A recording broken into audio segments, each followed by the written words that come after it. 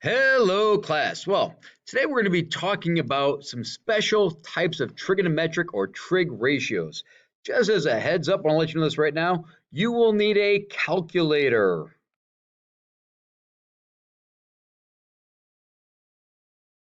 Okay, you're going to need a calculator for this. And you want to make sure that calculator has buttons that say something like this. Sin, cos, tan. Okay? And really the way you pronounce these are sine, cosine, and tangent. Okay, this would be the button for sine, this is the button for cosine, and this is the button for tangent. Okay, so here's a quick little mnemonic device that will help you with these ratios. SOHCAHTOA. SOHCAHTOA.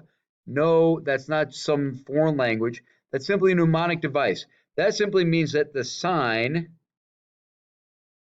is the ratio of the opposite side over the hypotenuse. Okay? The cosine is the side adjacent to an angle over the hypotenuse. And the tangent is the side opposite the angle over the side adjacent. Okay? So, SOHCAHTOA, sine opposite over hypotenuse, cosine adjacent over hypotenuse, tangent opposite over adjacent. So really, what this boils down to is a right triangle. Now, keep in mind, this only applies to right triangles. Okay? I've got a right angle here. So if I'm talking about this angle X here, okay, this would be the side opposite that angle. Okay? The hypotenuse is always opposite the 90 degree, and that would make this the adjacent side. Okay? So for sine X, this is the opposite, this is the hypotenuse, this is the adjacent. So what that boils down to is if we know a side and the measure of an angle in a right triangle, remember this only applies to right triangles. We can find the other sides. Okay? So if I have an angle and one side, I can find the other two sides. So let's take a look at a few different examples. So in our first example, I'm given this angle here at 27 degrees. And I'm looking to find X. Okay? So here we go. I have 27. I'm looking to find an opposite, and I'm given the adjacent. Okay? This is the side opposite. This is the side adjacent. And this is the hypotenuse. Okay? So I can say that opposite over adjacent, that's going to be TOA, tangent. So the tangent of 27 degrees is going to equal X over 10. Okay? To solve for X, I'm simply going to multiply both sides of this by 10. So that gives me 10 times tangent of 27 degrees, and that equals X. Okay? So go ahead and you pop that into your calculator. You hit 10, you hit times, you hit tangent, you hit 27, or sorry, 10 times 27 tangent equals, okay? First of all, make sure your calculator is set up in degrees. Okay, if you start with doing these practice problems in Delta Math or in Alex, make sure your calculator is set up for degrees. Okay, then you go ahead and punch everything in here. You get 5.1 equals X. Okay, 5.1. Just a matter of putting it into your calculator properly.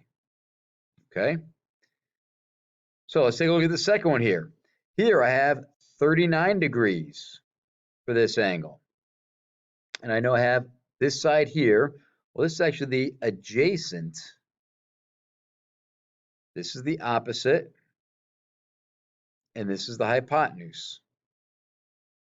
Well, in this case, I've got the adjacent and the hypotenuse. So cosine is adjacent and hypotenuse. So I'm going to say cosine 39 equals our adjacent over our hypotenuse. Okay? So I can go ahead and rearrange this again. I'm going to multiply both sides by 7. So I'm going to have 7 times the cosine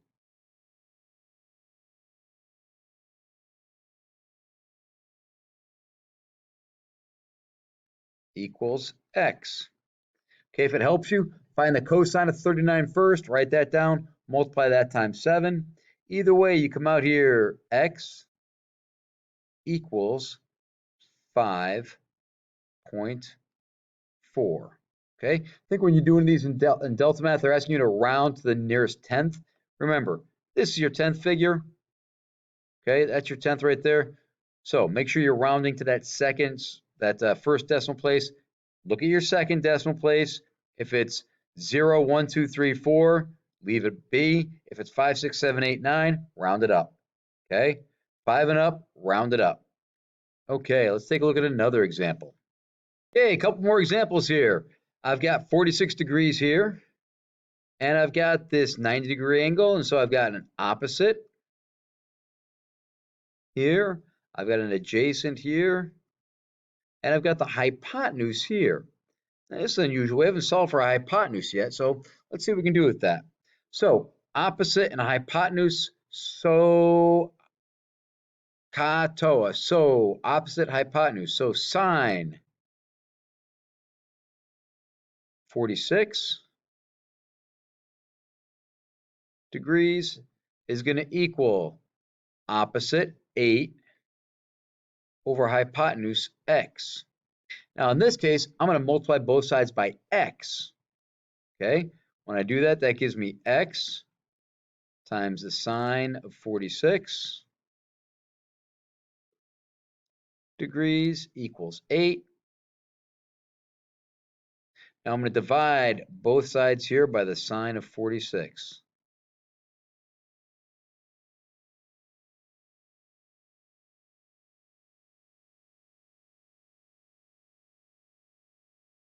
Okay, so I'm left with x equals 8 divided by the sine of 46 degrees. Put that into a calculator, and you are left with x equals 11.1. Okay, moving down to this guy right here. Got 72 degrees on this bad boy, and this is opposite, and this is adjacent here. And of course, opposite the 90-degree, we have the hypotenuse. So, opposite and adjacent, so katoa, opposite over adjacent. So tan 72 equals x over 20. Multiplying both sides here by 20. 20 tan 72 equals x. Plugging that bad boy into the calculator, I'm left with x equals 61.6. Okay, one more example. Okay, let's take a look at this last one here. So, I've got this 54-degree angle here. I've got this as opposite. This side here is adjacent. And of course, across the 90-degree angle, we find our hypotenuse. Okay, so I need adjacent and hypotenuse. So adjacent hypotenuse, cosine